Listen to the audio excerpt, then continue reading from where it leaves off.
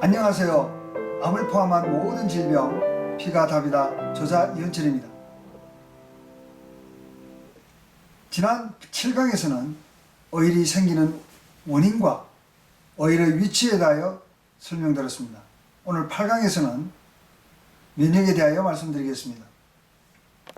세균이 우리 몸속에 침입하면 우리 몸은 백혈구를 동원하여 선멸해 놨습니다.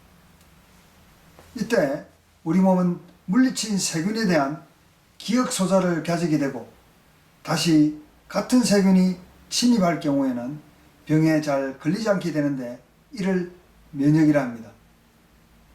이것은 사전적 의미의 좁은 면역의 의미입니다. 장티푸스나 코렐라 예방접종을 한 적이 있을 겁니다.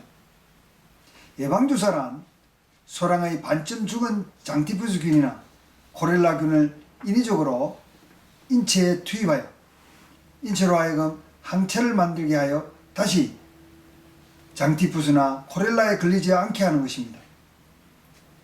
이것을 백신 주사라고도 합니다.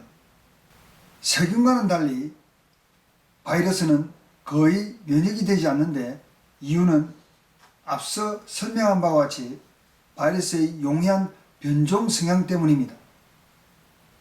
처음 바이러스가 침입하여 항체가 형성되었다 하더라도 똑같은 바이러스가 아닌 변종을 일으킨 바이러스가 침입하였을 때는 앞서 만들어진 바이러스 항체는 소용이 없기 때문입니다.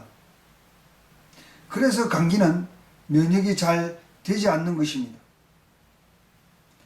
따라서 감기 같은 바이러스는 예방접종이 힘든 것입니다. 우리가 알고 있는 바이러스 중 면역성을 잃게 하는 바이러스도 있습니다.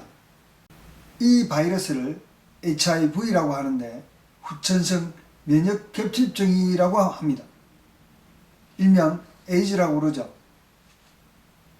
주로 성행이나 수혈을 통해 전염되는 것으로 알려져 있습니다. 이 바이러스에 감염되면 면역체계가 기능을 상실하게 되어 세균이나 바이러스에 취약하게 되고 저항력이 떨어져 감기나 폐렴에도 생명을 잃게 되는데 현재까지 뚜렷한 치료약이 없어 인류 최악의 최후의 병이라고까지 일컬어지고 있습니다. 요즘은 면역이란 말을 넓은 의미로 사용하고 있습니다. 면역이란 말을 세균이나 바이러스에 대한 방어뿐만 아니라 비감염성 질환, 즉 대사성 질환에도 폭넓게 사용하고 있습니다. 당뇨나 고혈압 등 대사성 질환자의 경우 면역에 취약한 편인데 그 이유는 피가 맑지 않고 혈액순환이 잘 되지 않아 질병에 잘 걸리게 되기 때문입니다. 결국 이러한 환자들의 면역성이 낮다는 것은 어쩌면 당연하다 할 것입니다. 우리 몸에는 웬만한 항생제보다 뛰어난 방어 능력을 가진 백혈구라는 방어 기전을 가지고 있습니다. 피가 깨끗하고 혈액순환이 잘 되면 병에 걸리지도 않고 걸린 병도 낫는다는 것입니다. 백혈구 역시 피인 것입니다.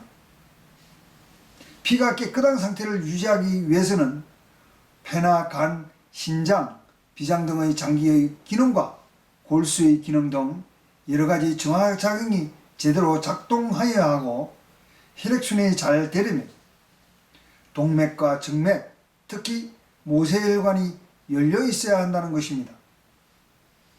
엄격히 말하면 이것은 자연 치유력을 의미하는 것이면 본래의 면역의 개념과는 약간의 차이가 있으나 혼용하고 있다는 것을 알아두어야 합니다.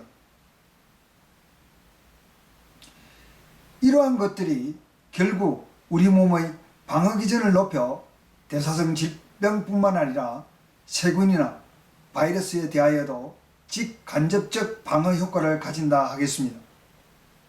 따라서 우리 몸의 정화에 관련된 주된 장기인 간과 신장을 평소에 사회를 통하여 기능을 높여놓는다면 바이러스나 세균 등의 전염은 될 수 있으나 환자로 발전한 것을 막거나 빠른 시간 내에 정상으로 회복할 수 있는 것입니다. 이상으로 짧지만 대단히 중요한 내용입니다. 오늘의 8강 강의를 이것으로 마치겠습니다. 다음 9강 강의는 사열의 치유 원리와 기전에 대하여 말씀드리겠습니다.